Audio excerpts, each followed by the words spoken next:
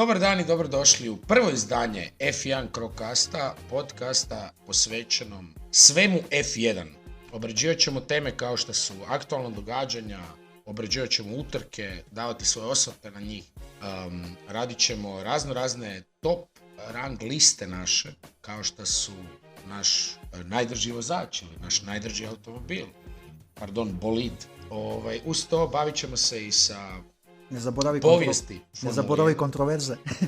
Naravno, kontroverze. Sudari, to je jedna od dražih koje bi ja htio obraditi. Definitivno. Tu isto i bavit ćemo se i povijesti i Formuli 1. Nadamo se jednog lijepog dana ćemo vam napraviti jedan cijeli osvrt na kompletnu povijest Formule 1. Imamo to u planu, definitivno. Kad taj dan dođe. Te ćemo komentirati razne trivije i stvari koje se događaju u svijetu Formule 1. Iako nismo komentatori, ali si dajemo za pravo. Pa pod komentiranje mislim na više davati svoj rezime toga nego da... Ma razumije se. Čisto da prođemo, moje ime je Tin Rajković, casual fan Formule 1. Jako davno sam bio na jednoj utrci, a i ne tako nedavno sam bio na drugoj, tako da ove prve se ni ne sjećam iskreno, ali ove druge se definitivno sjećam. Zvaćemo razne goste, što poznate, što ne poznate i nadamo se, naravno tu pozivamo i vas, sve naše slušatelje, da ćemo i prezentirati neke naše sponzore kad dođe vrijeme za to. Pa će biti nekakav giveaway. Tako da ukoliko imate ideju bilo kakvu ili kontakt s kojim nas možete spojiti, da nas neko sponzorira, odnosno da podijeli nešto našim gledateljima, bili bi vam jako zahvalni i slobodno komentirajte u komentarima dole ako nas želite spojiti s nekim. Isto tako pozivamo sve da nam komentirate apsolutno bilo šta u vezi nas, naših komentara i onoga što je vezano uz našu temu, a to je naravno Formula 1.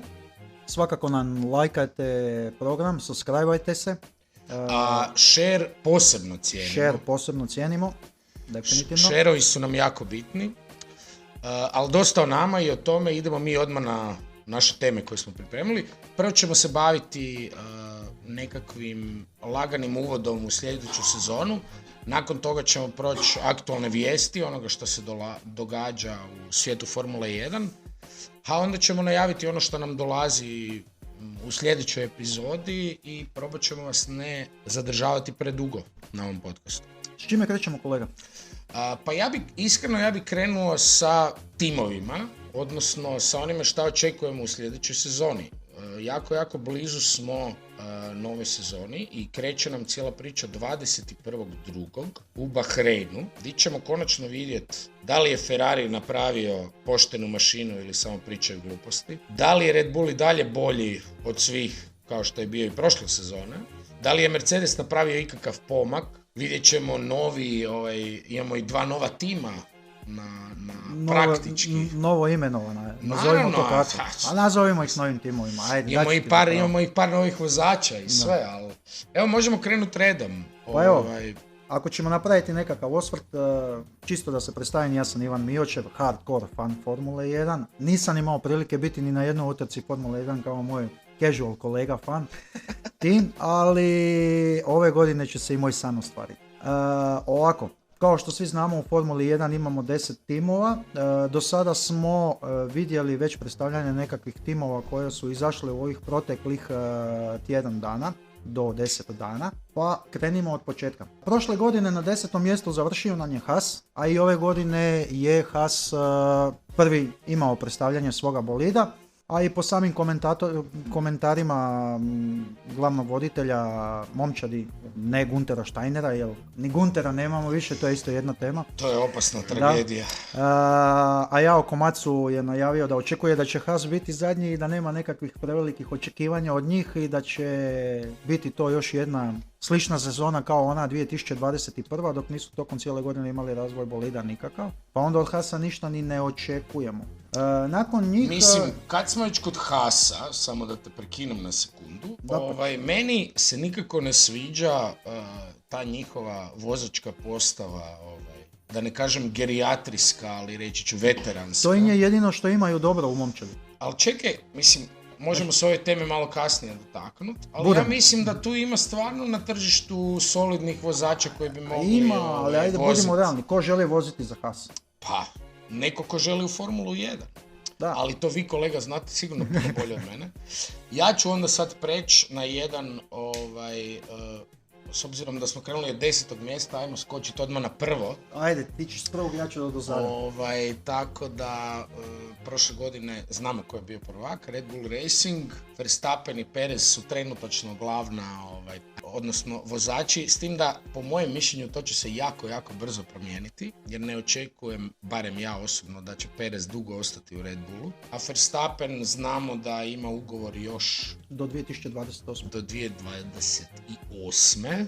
Što znači da ćemo gledati Verstappena u Red Bullu još jako dugo, osim ako se nešto ne promijeni, šta se tiče Hornera i Osa i ostale priče, ali to su isto teme koje ćemo obraditi naknadno. Dotad ćemo se toliko tema koje moramo još obraditi, ali evo, priskočit ćemo i sad za ovaj trenutak, tako da budite strpljivi, doći ćemo na sve to. Eto.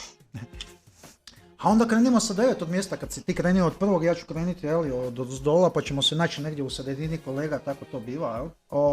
Znači na 9. mjestu prošle godine nam je završila Alfa Romeo ili ti Sauber, ili ti od ove godine Stake F1 Team, Kick Sauber, s time da na svim, da se malo dotaknemo tog imena, novinskim portalima, na svim komentatorskim mjestima, svi broadcasteri, da tako kažemo, koji su glavni što se tiče Formule 1, su imali sastanak kako uopće taj tim zvati, s obzirom da je Stake gambling kompanija online. Da, mislim, evo ja iskreno... Ima određene zakonske zabrane u kojim se državama može uopće reklamirati.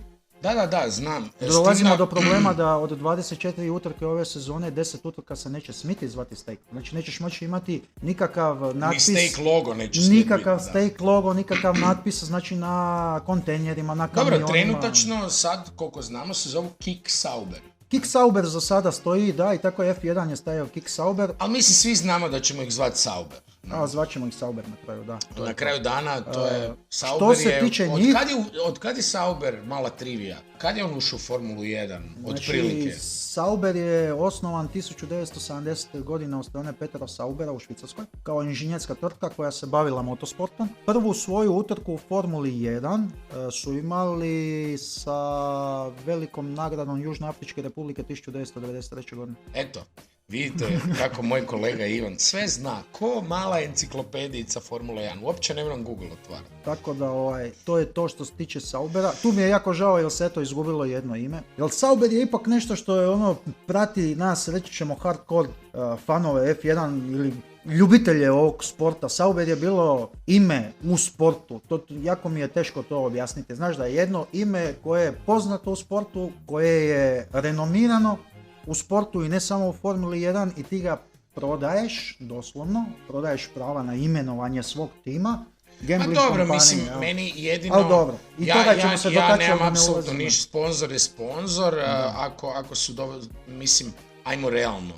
Cigarete su bile te koje su prve počele sponzorirati Formulu 1 kak spada. Danas su to, bile su prije par godina kripto razne firme. Ti si kolega bio, znači... Danas su to u vrijeme da su cigarete možda bile... Tako znači, je, ja se mislim, ali i onda... Jako zanimljiva trivija. Ja mislim, nisam siguran za ovu godinu, to ne mogu reći jer moram provjeriti, ali znam da je Philip Morris, globalni Philip Morris, odnosno Marlboro, sponzorirao Ferrari novčano puno godina nakon šta je Ferrari maknuo branding Marlbora kao takav. To sad ulazimo u kontroverzu, sad ja mogu dati malo trivije. Najbitnija stavka u tome je da crveni Marlboro i Ferrari imaju istu crvenu boju, koriste, tako da postoji legitimna potencijalna mogućnost da Ferrari je i dalje sponzoriran od Marlbora, ali Marlboro to unovčuje na razne druge načine, kao što je odlasci na Formulu 1 za razne klijente i takve stvari. Ali, dosta o Ferrariju, s obzirom da nije bio drugi, nego na drugom mjestu su bili Mercedes. Petronas, AMG F1 tim. Tako je. A ono što je meni najzanimljivije u toj priči, da je ponovo taj Hamilton ih doveo na to mjesto, jer kad gledaš poredak vozača, Hamilton koji je treći, najbolji posle Red u Bulla. poredku vozača, Russell koji je na 8. mjestu, nije baš donio puno, kako bi se reklo, ako se uspoređuje sa Hamiltonom. Ne? Mislim, jedan Lando Norris i Sainz i Alonso i Leclerc su ispred njega. Ne? Pa, kad gledamo to s te strane, meni ti je to u principu realno. Zašto? Iz kog razloga? Daleko od toga da Russell nije neka velika vozačka nada. Mislim, znamo još iz F3, iz F2. Ali, s druge strane, Russell je došao u Williams. On se u Williamsu pokazao, iskoristio sve što je mogao iz tog bolida. Ma dobro, bio je poznat kao Mr. Realno je došao u Mercedes, zato jer su ga pustili ono da jednom vozi i bio je full dobar. Ma, gle, pusti ta 2020. i Shakir, velika nagrada, Saudijske Arabije. Mislim, daleko od toga, da nije bilo i one probušene gume i one greške u pit stopu kad su mu dali gume od Bottasa umjesto njegove, pa je morao 2 pit stopa napraviti u roku jednog kruga, tako reći. Vjerojatno bi bio prvi. Pa i pretprošle sezone je vozio fakat dobro, ako ćemo realno... Toga sam se htio dotaći. Znači, pretprošle sezone i samog Russella i Hamiltona i zašto je Russell bio toliko, reći ćemo, bolji od Hamiltona, je bilo to da je Hamiltona su koristili kao pokusnog kunića, dok je izvlačio nakon njegovih testiranja sve što se moglo iz bolida. I to je tako bilo. Sad. Mislim, meni to je tako bilo malo rečeno. Joj, naš, a gle, imaš pokusni vozača. kunić. A gle, Jadan Hamilton, šmrc. Ne, dapače, gle, da nije on bio pokusni kunić, taj bolid nikad ne bi ni dobio onu nagradu u Brazilu koju su dobili, niti bi sve se to završilo tako kako se završilo. Iako nisam fan Hamiltona, da se razumijem, iako sam fan Ferrarija i da to odmah izvedemo na vidjelo, da se odmah zna di smo i što smo, jel tako? Dugo godina, ne od Schumachera i prije. Tako da, meni je to bilo jednostavno, znao sam da će to tako biti. Znao sam da će Hamilton ove godine, kad nije bio zadužen za sve te puste testove, na sve to što ćemo stavljati na bolid, kako će to sve izgledati. Ma sve okej, gle, ali ja mislim da nemojmo prvo malo zanemarujemo njegovo iskustvo kao tako. A zbog toga i je bio prve godine kad su falili sa aerodinamikom u toj poziciji u kojoj je bio. A na drugoj strani ja mislim, ako ćemo gledati performanse Hamiltona u prošloj sezoni, ja mislim da su najviše zaslužna je njegova motivacija da bude bolji od Russella, jer je sezonu prije nije baš bio toliko bolji od Russella. Nije bio uopće bolji od Russella. Russell je završio ispred njega po bodovima. I ispalo je da, sigurno je osjetio to na svojoj koži, na komentarima, na svemu. Hamilton je izgubio, nije više Hamilton i šta znam šta, jer je bilo fakat dosta toga. I onda je ove godine malo up the ante digo se i proradio je taj, mislim, ja iskreno njega ne volim samo zato jer ne zna priznat svoju grešku i to je jedini razlog zašto ga ne volim. Ali činjenica je da je dečko fakat postavio ljestvicu jako visoko. Bilo bi šteta da nemamo u Hamiltonu ono što danas imamo u Alonsu, jer ja Alonsa nisam volio dok je vozio za Renault, nisam ga volio ni dok je vozio za Ferrari, a sad mi je super lik i obožavam ga. A uopće ne pobjeđuje, samo se bori i mislim, nadam se da ćemo isto to vidjeti u Hamiltonu. Pa da, mogli bi. Sljedeći tim koji ide po redu je na 8. mjestu prošle sezone. I sad nastavljamo dalje sa, ako se ne varam, to je do prošle godine Scuderia Alfa Tauri, a od ove godine Visa, Cash App, RB, F1 Team. Oprostite kolega, zašto Scuderia Alfa Tauri? Scuderia Alfa Tauri znači garaža na talijanskom. Ili ti i Scuderia Ferrari, isto. Pa okej, ali onak, ako govorimo Scuderia... Zbog čega? Pa nismo Talijani. Pa Alfa Tauri je. A zašto Scuderia? Alfa Tauri je talijanska isto koji i ja. Da, Alfa Tauri je talijanska momčad bazirana u Faenci. Prije toga je bila Scuderia Toro Rosso, to znam. Prije toga je bila Scuderia Minardi. Jel? Tako da i dalje je bila Scuderia Alfa Tauri, a sad je Ja mislim Nije da... Scuderia. ja bih rekao da je taj Alfa Tauri do sad više bio britanski tim, barem zadnjih 2-3 godine, nego išta drugo. Bez obzira što nije baziran u Italiji. U Italiji grade auto, a rekao bi da u Velikoj Britaniji se rađaju ideje. Ajmo to tako reći. Gle, možda, to će biti od ove godine. I sad, od ove godine je sad vidimo to. Da, ali ja ne vjerujem, prije više, a i po samim modelima koji su izlazili, ne zaboravimo da je Toro Rosso... Yuki je jedno vrijeme se preselio u Italiju i živio. Nakon prve godine, to je već u polovici prve sezone je on preseljen iz Milton Keynesa, gdje su svi inače Red Bull juniori, gdje je i baza Red Bulla u Britaniji. Je otišao u Faenzu, i dan danas je u Faenzi, Yuki je i sada u Faenzi u Italiji. Što se toga tiče, on je Ricardo. Ja se ispričavam što radim digresije. Ne, dapače, kolega. Kad pričamo o bivšem Alfa Tauriju, rekli smo... Gle, ne znam kako bi zvao zbog komercijalnih prava, reklamiranja i tako dalje. S obzirom da nas još niko ne sponzorira, ali ako se Visa ili Cash App javi, mi ćemo drage volje prihvatiti to sponzorstvo. Za sad se zovu RB. Za sad se zovu RB, Visa, da, to sam Cash ti... App, RB, a i čudna stvar kod toga RB-a isto.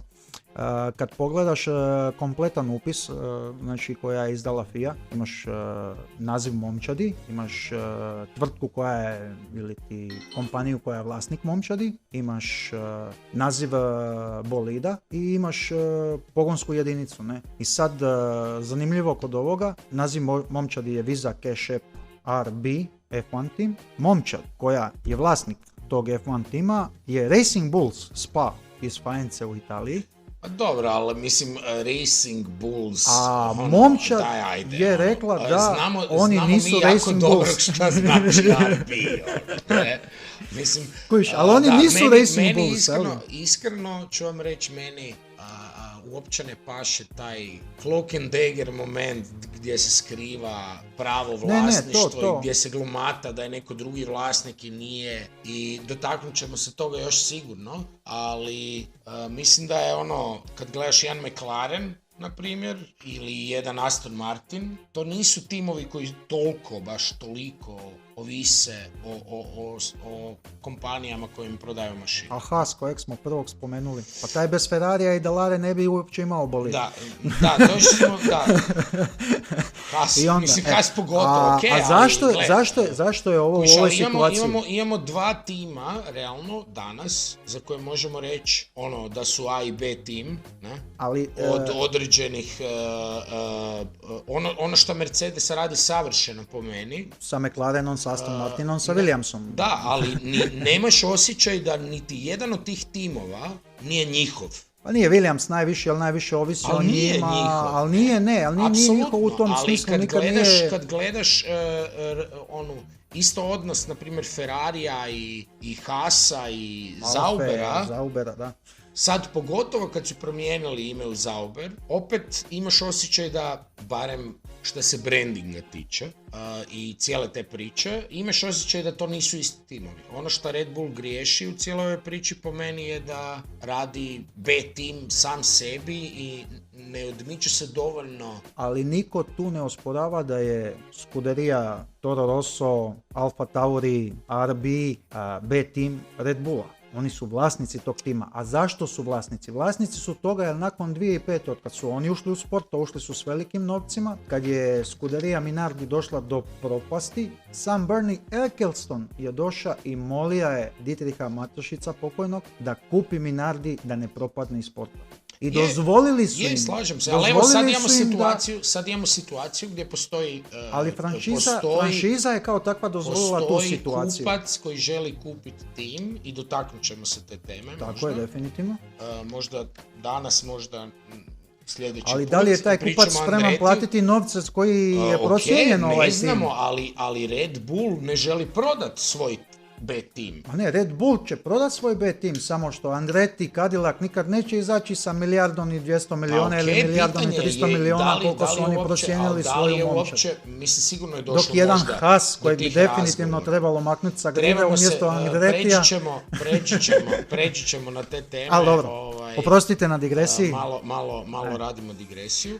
Ono što je ključno u cijeloj priči sa bivšim Alfa Taurijem ili kako ćemo ga sad zvati, RB, V-Carb, kako god hoćeš. Je da smo očekivali, barem ja, puno od Tsunode, a to se nije dogodilo, nažalost. Pa meni je Tsunoda, reći ćemo, prošlu sezonu pokazati dosta. Znači prvo razvalija je De Vriesa, što očito na kraju nije bilo teško, ali dok je on u prvih 5 utrka osvoja 2 boda sa 3 11. mjesta i 2 10. Ovaj nije završio ni na 18. S druge strane, kad je došao Ricardo, ok, zasjenio ga je Ricardo u Meksiku i Tsunoda se sam zasjenio u Meksiku, mislim, definitivno.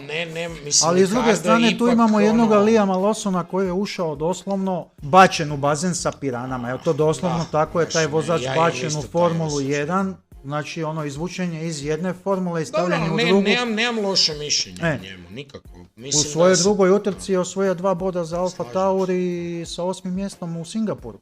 O čemu pričamo? Vozio je jedan Zandorf sa kišnim gumama s kojim nikad nije vozio u Formuli 2, u Super Formuli, u Formuli 3 i u svim jednosjednim kategorijama kojim je vozio do sada. Znači imao je pit stopove koje inače nema. Svašta, je, slažem se, ne, mislim, a da ne kažemo samo o komplikacijama koje je dobio pri sebe kad je stavio onaj volan i vidio koliko ima dugmi i tipki i svega što do sad se nije susreo u životu. RB sam uvijek gledao kao nekakav tim koji nisam baš previše pratio i u stvari sam ga počeo pratiti zbog Verstappena jer je taj tim praktički izbacio njihov bolid je sad baš izašao. I vidlo se da je Verstappen u tom bolidu je bio, vidlo se odmah da je prodigy. Gle, oni su izbacili... I ja sam isto to iskreno očekivao od Tsunode. Jako slične situacije jer su mentalitet jako različit. Da, disciplina. I to vidimo po razgovoru.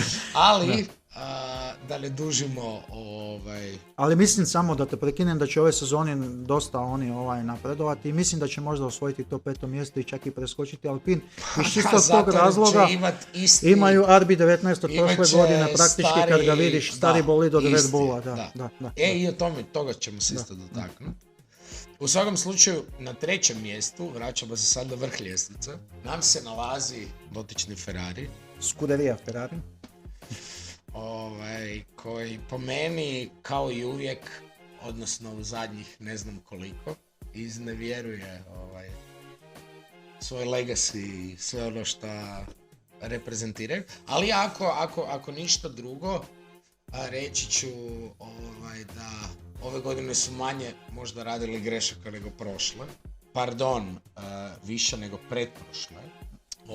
U svakom slučaju, pretprošle godine ja takav Ferrari u životu loš nisam vidio. A prošle godine su se malo poboljšali, ali baš nisu ulili previše, kako bi rekao, povjerenja u to da mogu nešto napraviti. Mada ako je nešto Ferrari ikad znao napraviti motor. I meni Vasseur dotični mi jako ulijeva povjerenje šta se tiče cijelog tima i to. Jer čak i kad rade greške, nekak je to ko da nije toliko kao nesposobnost i inkompetence, nego je više šansa i nesreća. Ajmo to tako reći. Tako da, to je ono što imam pozitivno za reći o cijeloj toj priči. Mada mislim da Ferrari, ljudi, šta se ovdje događa? Nije mi jasno. Navodno, da ove godine imaju jako dobar motor, jer Hamilton je otišao iz Mercedesa, po meni, moje osobno mišljenje, ne samo zato jer Mercedes ima jako loš bolid ove godine, šta ga je vjerojatno probao na simulatoru i zaključio da ne valja, a možda čak i više nego zato jer Ferrari ima možda fakat dobar bolid ove godine. Šta je lako moguće jer Ferrari, nikak ga ne mreš otpisati. A da, ja kao fan Ferrarija, mislim kod Ferrarija ti je sve nekako u razdobljima, oni su ti uvijek negdje drugi, treći, 10-15 godina, onda imaju nekakav boom. Izuzev Kimija Raikkonena koji je bio, uletija je 2 godine odmah nakon Schumachera. Zašto je uletija 2 godine nakon Schumachera? Tu opet jedna velika kontroverza, Spygate i tako dalje, pa je McLaren... Ferrariju nekak, ja sam uvijek Alonso ima borbe 2010. 2012. za naslov brutalne, ono u zadnjoj utrci 2012. Mislim, Massa 2008. Znaš, ima, nije baš bilo Ferrari to, uvijek. Ali to ti želim reći, tu ne je negdje. Ne nikad otpisati, da. Ali što ti kod Ferrarija, gle... Osim zadnje 2 godine. Ako gledamo i ako svi nekako se vraćamo na ono razdoblje, znači Schumachera, jel? Svi nekako zaboravljaju, svi se sjećaju Schumachera od 2000-ih i njegovih 5 uzastopnih prvenstava koje je osvojio. A malo se sjećaju cijelog onog razdoblja od 96. od kad je došao pa do 2000. uopće što se sve izdogađalo i koliko mu je trebalo da digne momčad. Prvo je bilo slučajno, realno, ne? Pa ne.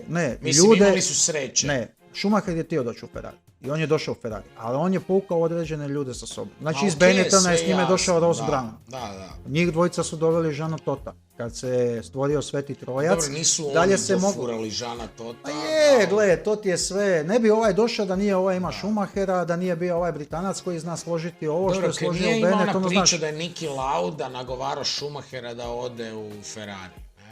Da ne ide u Williams ili u McLaren ili tak nešto, nego da ide u Ferrari. Ma on je već bio sa Ferrarijem nakon Bennettona i to nakon što je osvojio sa Bennettonom drugo svjetsko prvenstvo. Ali što se dogodilo? Bila ti je skup ljudi ti je bija koji je vodija riječ. Nije vodila kompanija. Kod Ferrari ti je jako važna politika. Unutarnja politika u Ferrariju ti je jedan veliki kompleksni problem koji svi voditelji momčadi... Znači Ferrari je prije svega nacionalna momčad.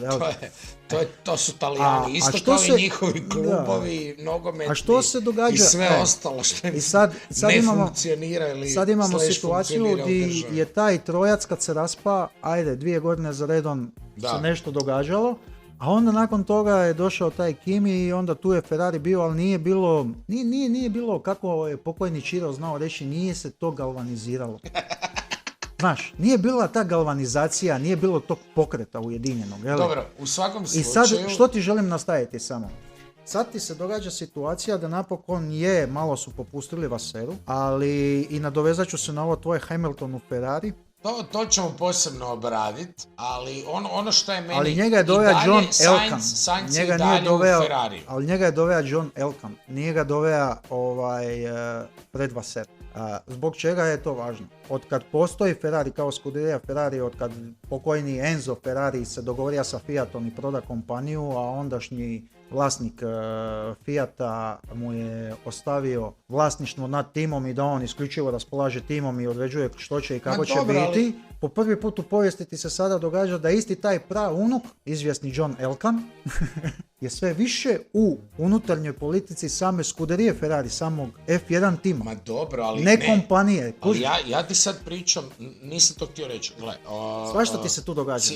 Razumijem, ali poanta priče je da mi vidimo jedan Ferrari koji se fokusira na jednog vozača, koji je Leclerc, koji nije ništa bolji nego Sainz. U kontekst, ali stari, čekaj, ajmo ovako. Znači, Leclerc nema ni jednu pobjedu prošle godine, ima 6 podija. Sainz ima pobjedu i ima 3 podija. Tako je. Okay. Sve ok. I Leclerc ubija pole positione i sve cool. Koliko Leclerc ima DNF-a, koliko ima Sainz? To ti ne mogu reći, iskreno nemam pojma. 3:1. Sainz ima 3. Ne, Leclerc ima 3. Kužiš, i sad ono što ja vidim kod Leclerca mi je ko Tsunoda na steroidima. A ne, nije. Znači, frajer odličan je, dobar je, super vozi kvalifikacije, zna branit sve, ali kad je pod pritiskom, lik se raspada. Koji njegov tim pretprošle godine? Tako je, da, bilo je toga. To je Sainz, na drugu stranu je lik koji mi se čini jako stabilan lik. Ali to ti se može činiti na prvu. Može, ali gled, njegova vožnja, ti kad gledaš, on ne oscilira toliko ko Leclerc, što se tiče... Ali on niti ne producira takve vožnje kao Leclerc. Ok, ja se slažem s tim, ali... Jer jedno je voziti na ivici noža... Da bi se borio sa Verstappenom, trebaš nego ko producira bolesne situacije. 100 do 105%, a ne od 97 do 99. Zato je Sainz odličan drugi vozač, ne? Znači, ili ako mu daš bolji auto, će ih vjerojatno sve napraviti. Leclerc s druge strane, ako mu daš bolji auto, neće. I sad, to ti hoću reći. A hoće, dok Ferrari nije Ne, ali to je ono preprošlu točno ono što ti sezonu hoću reći. uništija totalno Sad sa Ferrari radi motorima. auto koji bi mogao biti jako, jako, jako dobar. Teoretski. Pa već je. Već se pokazala krajem prošle godine od Japana, kraja prošle godine, pa i ono u Las Vegasu. Promijenili su hrpu stvari. Da, pod najviše aerodinamiku, filozofiju aerodinamike, a sad je došla... I šasiju cijelu. Sad od ove godine dolazi nova šasija i dolazi ti nova suspenzija. Jel? Tako znači, je, i sad ćemo vidjeti, znači sad ćemo vidjeti, ako Ferrari napravi auto koji je fakat dobar, po meni sad ćemo vidjeti pravu razliku između Leclerca i Sainza. Jer Sainz do sad, s obzirom da je ali kolega, tu si Ricardo vidio 22. vozi, već, znači dok je bolid prvih ne znam koliko, Sainz nikad ne bi bio drugi na postolju. Puno veće razlike između u prvoj utrci Bahreina 22. da ova dvojica nisu imali DNA. Znači bilo bi Ferrari i dva Red Bulla. Znači to je prva stvar. I tokom cijele sezone. Ne, samo stani da ti završim, kaj sam ti htio reći. Puno veća razlika u bodovima je između prvog i trećeg nego između petog i sedmog. I to je velika stavka. Ako ti imaš auto da si gore, druga priča, jer Leclerc sa tim autom koji je imao često je padao, a jasno su ovi rekli u Ferrariju, pogotovo dok je bio Binotto još uvijek, da je Leclerc prvi, da je to. Znači, možda su sve ulagali u njegov auto, možda je njegov auto imao bolje inženjere, bolje su ga pripremali, ko zna kaj. Nebitno, ne želim ulaziti uopće u to, nebitno. Ono što ti hoću reći sad, Binotova mentalika mi uopće pod Vaserom, ja mislim da Sainz ima jako dobru šansu, ako Ferrari napravi dobar auto, jako ima dobru šansu da se pokaže kao vrhunski vozač. Puno bolje od Leclerca, jer možda može doći na tu razinu vožnje, a ako zadrži tu konzistenciju, bit će puno bolje od Leclerca, zato jer Leclerc jednostavno nema tu konzistenciju i raspada se pod pritiskom. Ali gle, Leclercu tu i tamo, ne sad cijelo vrijeme, ali Leclercu daje dobar bolid i on je na rangu Verstappena. Jako me, to me najviše zanima što se Ferrarija tiče u sljedećoj sezoni. Najviše me zanima kaj će Sainz napraviti. A tu je još jedna motivacija koju možda zaboravljaš, a to je da je dobio pedalu prije sezone, a to se ne događa često i sad vozi bez ikakvog rizika. Može porazbijati aute, može raditi šta god hoće, ne mu se niš dogoditi. High life. Znači to bi bilo to što se tiče Ferrarija.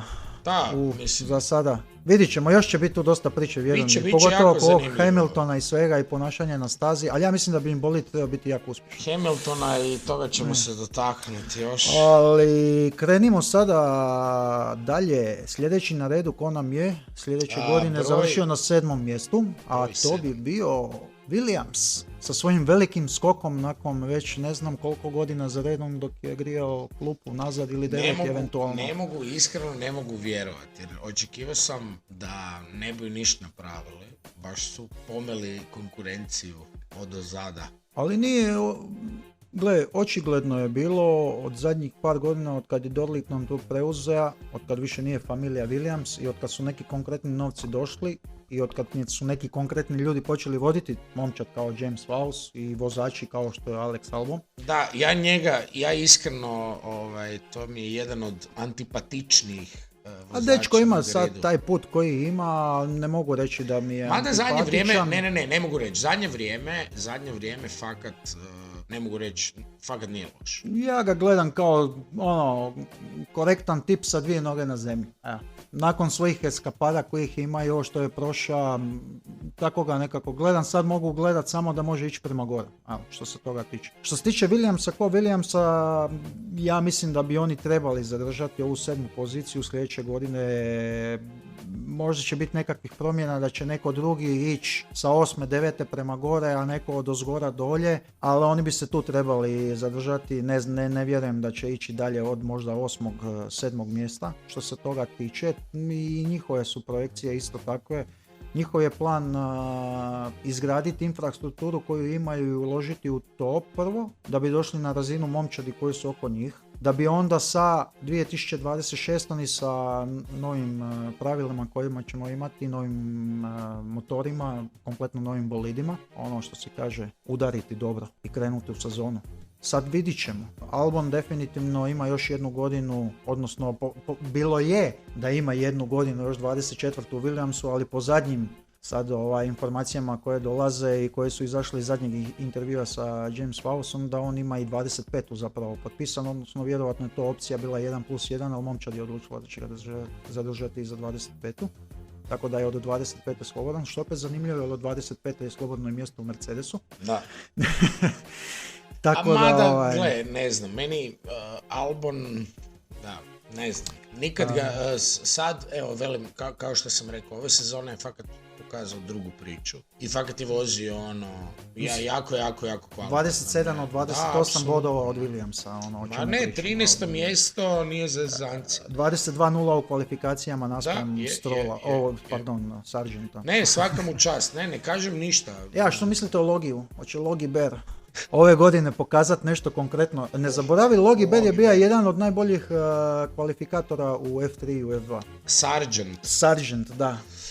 Nije ima race pace, ali... Ja imam feeling ko da je taj dečko dofuran u formulu koji Zou dotični, ono čisto da privuče drugi dio publike. Tak imam nekakav feeling. Kao kinesko, američko tržište. Pa da, izvukli su možda najboljeg nekog potencijalno ko bi neke mogu napraviti, ali mislim da ti ljudi, znaš kaj, problem je u tome što većina njih, za razliku, što je meni jako čudno, na primjer, i toga bi se isto htio dotaknuti.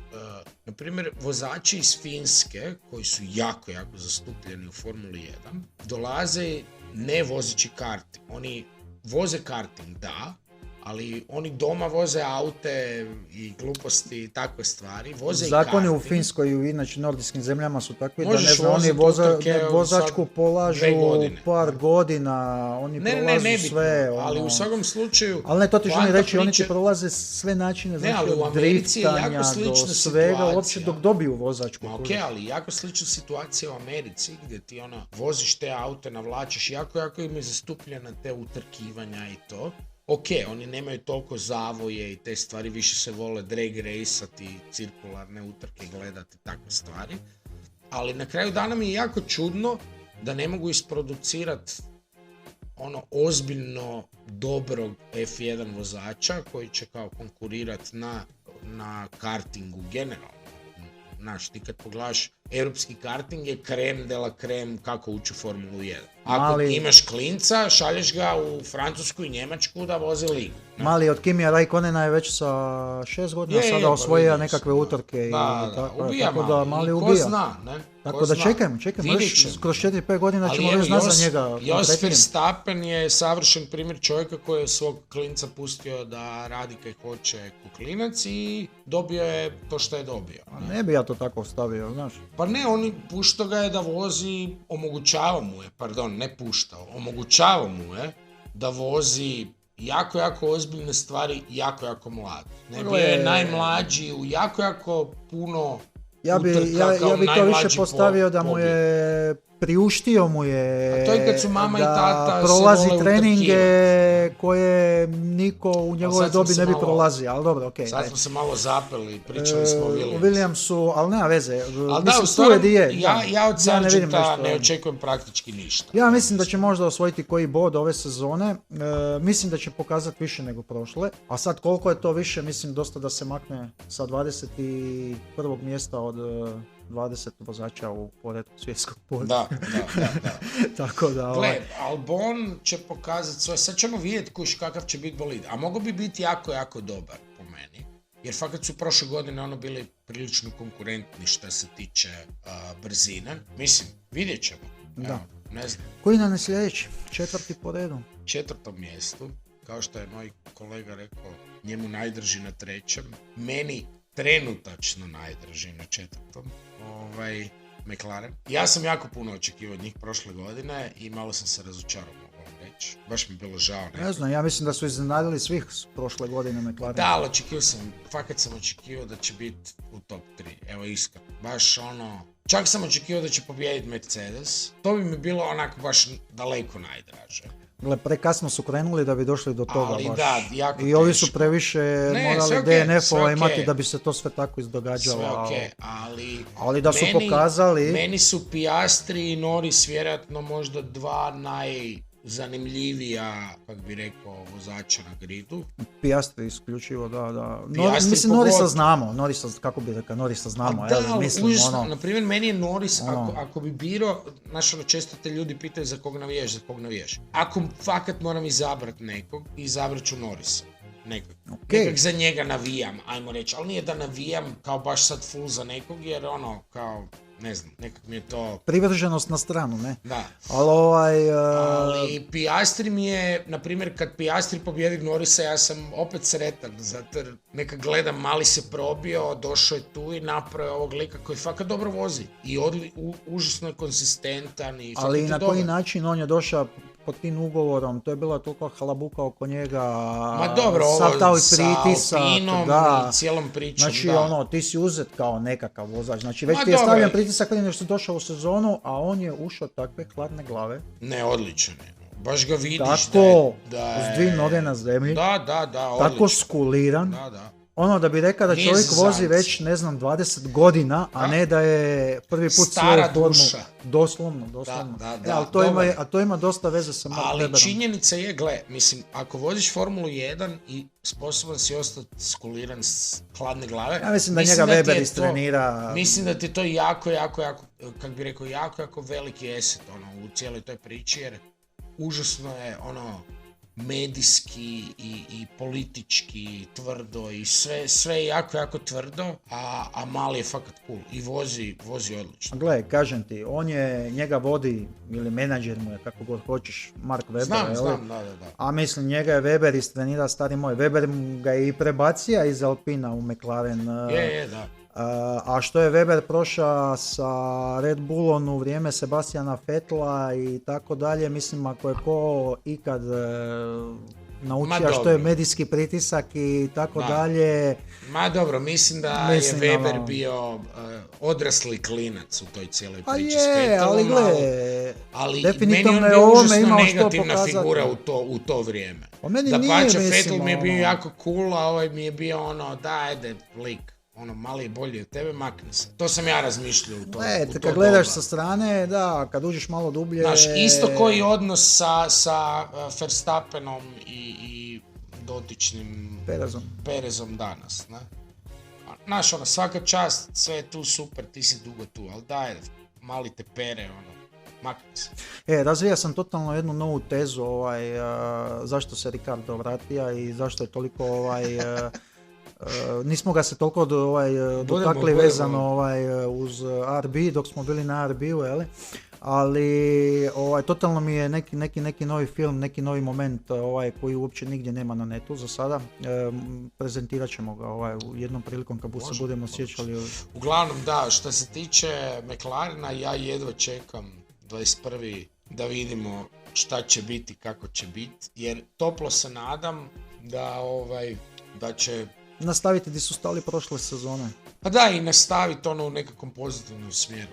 Htio bi, ja njih uvijek gledam, kad gledam, doći ćemo do prognoziranja sljedeće sezone, ali kad gledaš Red Bull kao nekakvu najdominantniji tim, ja bih htio da McLaren se izdigne iznad svojeg proizvođača motora. To mi je neka želja. A kojiš, treća sezona, imali su vremena se fakat poboljšat. Hamilton je tu nekak na izlazu, neće možda više toliko grist, možda totalno griješim, da se razumijemo, ali imam osjećaj da ova dvojica bi mogli fakat napraviti nekakvu dobru priču, tako da, eto, vidjet ćemo. Ne znam, ja mislim da bi McLaren trebao negdje završiti Pitanje je što će biti sa Mercedesom, pitanje je što će biti sa njime, da. Čekamo Ili s druge strane pitanje je što će biti isto sa timom kojeg ćemo se dotaknuti nakon što se dotaknemo ovog sad drugog sljedećeg tima. I kako će oni izaći isto iz boksova što se kaže na grid, ne? Na to testiranje. Da li će biti bum ko prošle godine pa onda pad u pola sezone. A dobro, vidjet ću. Da. Sad smo, ako se ne varam, nakon 4. tog došli do 6. mjesta. Nakon 4. mjesta dolazimo na 6. mjesto. Tako je, i to bi... Nastavljamo sa 6. mjestom. Ne, 6. je bio. Nije, 4. je bio McLaren i sad je 6. Alpine. Nismo na 6. bili. Prosti kolega. Kolega, molim vas. Nastavljamo Alpine sa 120 mjestom. Bodova i 2 podijuma prošle godine. Da, jednim u Monaku sa Estijem Bestijem i jednim u Zandvoortu u Nizozemskoj sa Pierre Gasly! Da, ja sam toliko ali ne zaboravimo da je Gasly uz to 3. mjesto imao i 3. mjesto u jednoj sprint utrci. Znači kad je Gasly dolazio u Red Bull, ja sam bio, konačno ćemo sad vidjeti pravu borbu između Red Bullovaca. I bio sam toliko razočaran, ja vam to ne mogu opisati. A baš mi je bio mi je baš lik. I kad su ga izbacili van, onda imao onaj jedan period gdje je bio baš dobar. Kaj ne? Čak im je malo došao i blizu. A onda je otišao Alpini i sve je palo u vodu. A gledam ti već u startu na predsezonskim testiranjima u Red Bullu imao nekakve nesreće, izljetanja, razbio jedan bolid, pa razbio drugi bolid, pa do prve utrke on je već došao sa takvim pritiskom da nisam nešto pretjerano previše očekivao. Nadao sam se da će možda zadržati nekakav priključak, 2-3 desetinke iza Verstappena. Ovo je jednostavno prejak. Bio prejak za njega, bio prejak za Albona. Pokazao je svi to... govore istu priču. Da, pokazao je to jednostavno. Jedino s kim je bio i koga je dobio je Ricardo, ali opet to je bilo u neko drugo doba. Da, to je isto naš. Sad je to opet, znaš, sve je to relativno, kako kome paše koji auto i sve cool. A i to su ti stilovi vožnje, znaš, dosta to ima. Ko može podmiti koliko... u tom usponu, meni je to, kako bi ti rekao, niko do sad me nije toliko sam imao, znači, isto kao što sam imao feeling kad je Oscar Piastri dolazio u McLaren, takav feeling sa Red Bullom sam imao kad je Gasly dolazio u Red Bull. Znači sad ćemo vidjet, znaš, sad imamo 2 jako dobra kvalitetna vozača u jako dobrom autu. Ok, McLaren nije baš jako dobar auto, ali šta je tu je? Dobro, je na kraju sezone, mislim, ovo je pokazao... Mislim, ali znaš, ovo je kao... Boljim se, argumentirano je bio drugi bolid. Praktički u drugi bolid, ne prvi, ali drugi, ne? Da. I bilo je onako uzbudljivo je bilo, imao sam osjećaj da će biti prave borbe, kao što je bilo svojevremeno između Red Bullovaca. Ali daleko na stranu... A to se uopće nije dogodilo. Ali daleko na stranu od vozača u Alpinu, meni je puno zanimljivija njihova struktura i ovo što se sve izdogađalo u samo zadnjih, 6 mjeseci. Ma naravno, ne. Smjena ovoga, onoga, prvoga, drugoga, trećega. Meni je onaj, kako, prosti, daj mi pomozi kako se... Zafnauer. Otmar Zafnauer. Otmar Schaffenzauer. Zafnauer. Zafnauer. Eto, Otmar Zafnauer.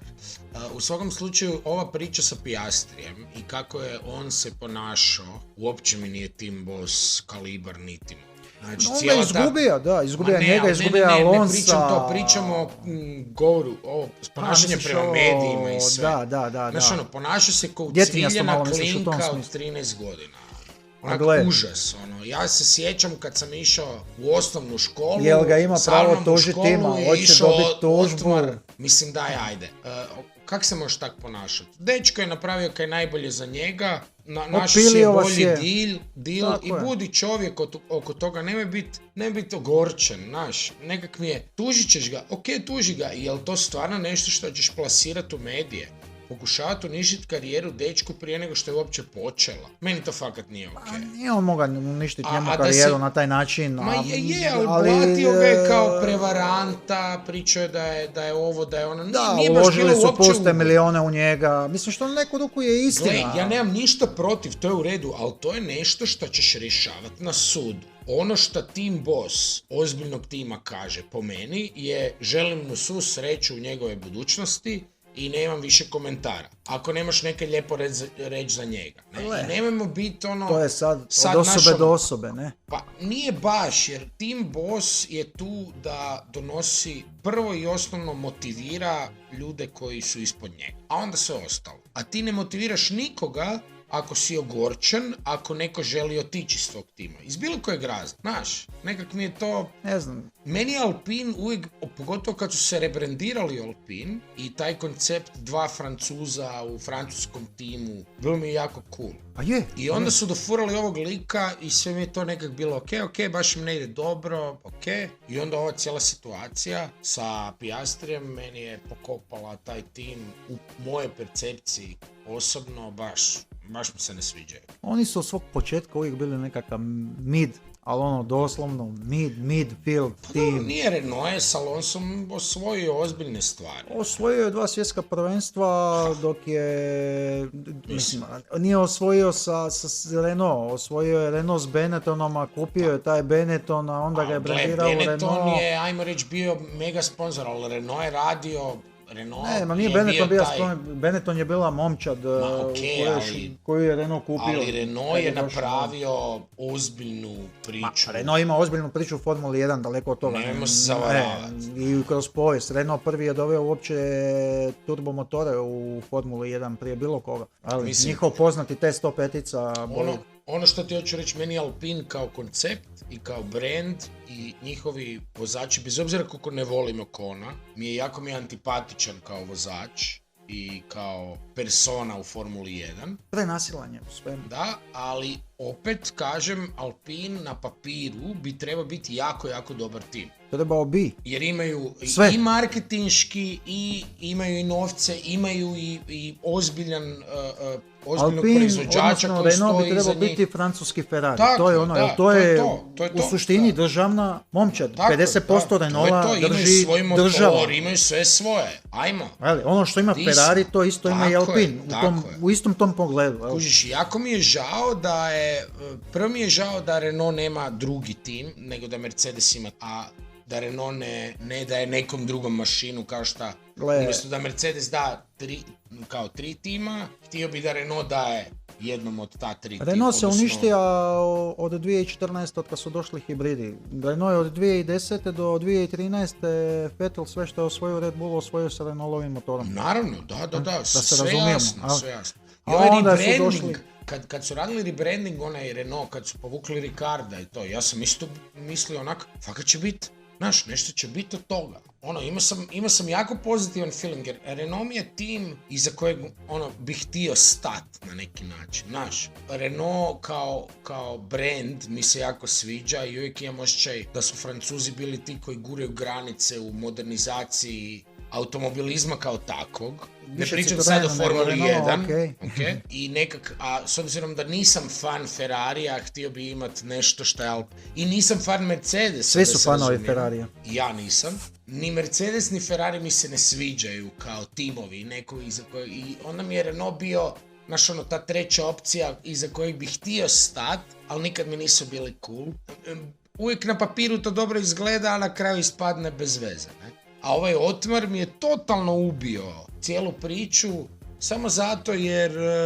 Dobro, sad je Bruno Famin tu, sad je sve francusko od do.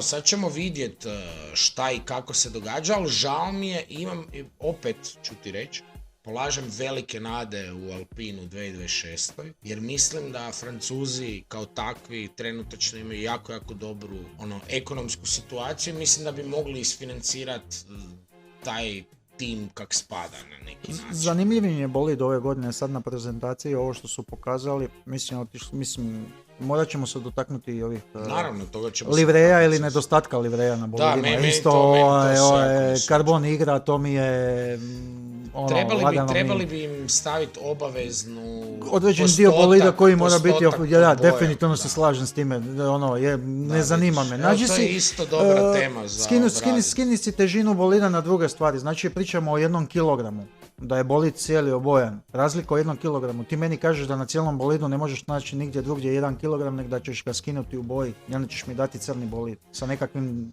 nijansama i te nijanse ćemo raspoznavati kao... A čuj, gle, mislim kada tražiš 1/100, onda dolaziš u momente boje. To je problematika. Dotaknut ćemo se i te boje. Da. Tako da, ali što sam htio reći, da se vratim nazad na bolid, znači imali su baš i prezentaciju, oni su prezentirali bolid kao bolid, baš bolid koji će izaći na stazu, ok, bit će još nekakvih razvoja u aerodinamici, ali ovo osnovno, znači izmjena prednjeg ovjesa, zadnjeg ovjesa, kompletno promjena aerodinamičke filozofije. Je, slična situacija koji sa Ferrarijem. Isto slično. Isto i koji sa, RB-om. RB je kopija. Ali okej. Sve je novo. Sve je novo. Tako. Da. Ali dobro, vidit ćemo. I dolazimo, ako se ne varam, onda kolega do ovog našeg zlatne sredine. Ili momčadi za koju smo rekli da je napravila bum pa je stala. Koja je završila na 5. mjestu, a svojevremeno do skoro polovice sezone i do Kanade je bila na 2. mjestu u poretku konstruktora u svjetskom prvenstvu. Taj dotični Tata Stroll, kogod, ako je njemu pala ideja na pamet ili kogod da mu je rekao... Za casual fanove pričamo o Aston Martinu. Pričamo o Aston Martinu, pardon, da, ja se ispričavam, da, i pričamo o tati od Lensa Strolla, tako, kako se zove on? Martin? Ne, Lawrence Stroll, Kanađanin, kogoda mu je rekao da uzme Alonsa ili ako je njemu to palo na pamet, obavezno. Napravio je najbolji potez u Formuli 1 u zadnjih 10 godina. Ok, nakon što su ovi uzeli iz Verstappena i stavili ga u Formulu 1, mislim da je Aston Martin marketinški i novčano i sociološki i hype, šta god, kako god se uzme, mislim da je to potez stoljeća. I on je htio svjetskog prvaka, mislim, znači Vettel prvi koji je došao kad je Aston Martin rebrandiran kao Aston Martin nakon Racing Point. Ali Vettel nije ni blizu napravio taj boom. Ali Vettel je napravio to sve da bi Alonso mogao napraviti boom i pomogao u razvoju tog bolida da bi oni kroz zimu ovo mogli napraviti što su napravili u prošloj godini. Sve stoji, ali onda kad su trebali doći do razvoja tog bolida... Vettela kad su uzeli, taj potez je bio jako... u mojim očima, barem sad govorim čisto svoje osobno mišljenje. Isti koji sa Alonsom.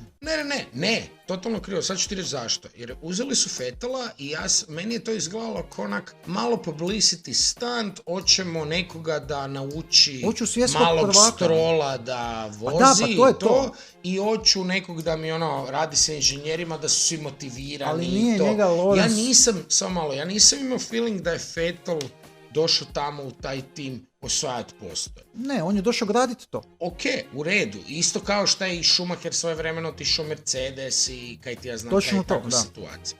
I ok, to nije nešto novo i ajmo reći pamet. Ali onda ti taj projekt nije baš unio nekakvo, super, svi žele raditi sa Vettelom, Vettel je super lik i sve je to cool i sve je za pet, ali nije donio nekakvih direktnih uspjeha, možda njima u pozadini, negdje su vidjeli da to ide u dobrom smjeru. Vettel je nakon godinu i pol dana, a ima je ugovor od 3, odlučio otići u penziju. Tako je. I Stroll je morao reagirati. I sad, šta se događa? Reći, on I nije to je meni najgenijalniji potez. Ali nije njemu bila marketinška igra u glavi. On je htio imati svjetskog prvaka u bolidu i on bi ga platio. Ja mislim da njemu u glavi prvo bilo, boli me John, znači ne prvu mogu stvar osvajati koju je Alonso prvenstva. Napravio kad je čuo da Vettel ide u penziju je nazvao Strolla i rekao koliko ćeš mi ponuditi. Ne, ali ne, prijem da krivo misliš, jer ja mislim da mu nije prvo u glavi bilo da osvaja prvenstva, jer zna da treba vremena da dođe do toga. On sad razmišlja o tome, možda. Da.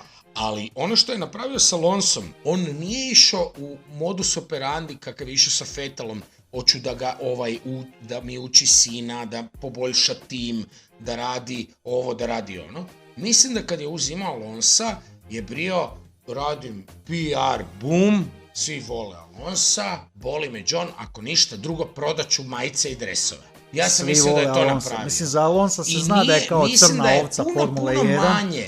manje povjerenja vozačkog polagao u Alonsa nego što je polagao u Vettel. To je moje mišljenje bar. Ne znam, ne bi se složio. Ali... A dobio je, stari moj, najpozitivnijeg lika na gridu, definitivno. Zadnje 2 godine. Svi navijamo za Alonsa. A dobro, to je sad Alonso hype. Pa pura, svi navijamo. A kaj ne navijaš za Alonsa da pobjedi? Da pobjedi koga? Verstappena ili Hamiltona ili bilo koga. Dogod je iza Ferrarijevog dvojica, da. Vidiš, meni je užasno žao da Alonso nije pobjedio ni jednu utrku u zadnje 2 godine, a baš imao sam film Da, fali mu ta 33, da. I baš bih htio da sljedeće godine, to je moj sukus Aston Martina za sljedeću godinu. I mogao je ove godine, prošle već dobiti u Monaku, je mogao prošle godine dobiti da nisu sa gumama, da nisu sa gumama mu napravili ono. Bio je jako dobar. Mislim, lako je sada biti general poslije bitke, ali...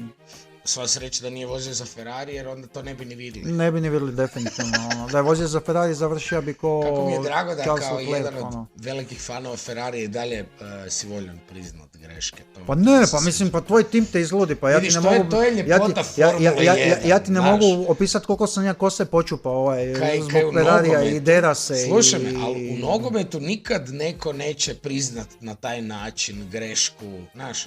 Ili nekim drugim sportovima uvijek je, ma ne, dobro su, sudac nas izeznuo, uvijek je neke drugo. Tu nema suca, stari, tu nema, dobro, ima ovih, ne, dobro, to je posebno. I toga ćemo se dotaći. dotaknuti. Uglavnom, svega ćemo se dotaći, a ono što je